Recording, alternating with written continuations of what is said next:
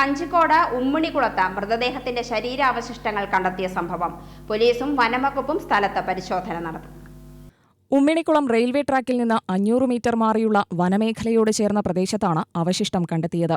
വിറക് ശേഖരിക്കാൻ പോയ പ്രദേശവാസിയാണ് ബുധനാഴ്ച രാവിലെ അവശിഷ്ടം ആദ്യമായി കണ്ടത്.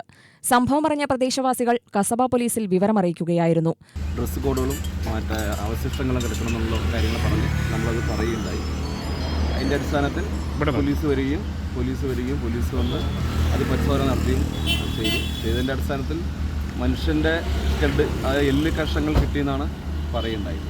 അപ്പോൾ അത് ഫോറൻസിക് വിഭാഗം ചെക്ക് ചെയ്ത ശേഷമേ എന്താണ് എന്നുള്ളത് വ്യക്തത വരുന്നതാണ് പോലീസിൻ്റെ നിഗമനം. പോലീസ് സ്ഥലത്തെത്തി പരിശോധന നടത്തി. മനുഷ്യ ശരീരമാണോ എന്ന് തിരിച്ചറിയാൻ കഴിയാത്ത വിധമാണ് അവശിഷ്ടങ്ങളെന്നും വന്യമൃഗങ്ങളുടെ ആക്രമണമേറ്റാണ് മരണം സംഭവിച്ചതെന്നും ഫോറൻസിക് വിഭാഗം പരിശോധനയിൽ കണ്ടെത്തി. ഇടയ്ക്ക് കാട്ടുതീയുണ്ടായതാവാം മൃതദേഹം കത്തിക്കരിയാൻ കാരണമെന്ന് പോലീസ് പറഞ്ഞു. UTV news, Palakkad.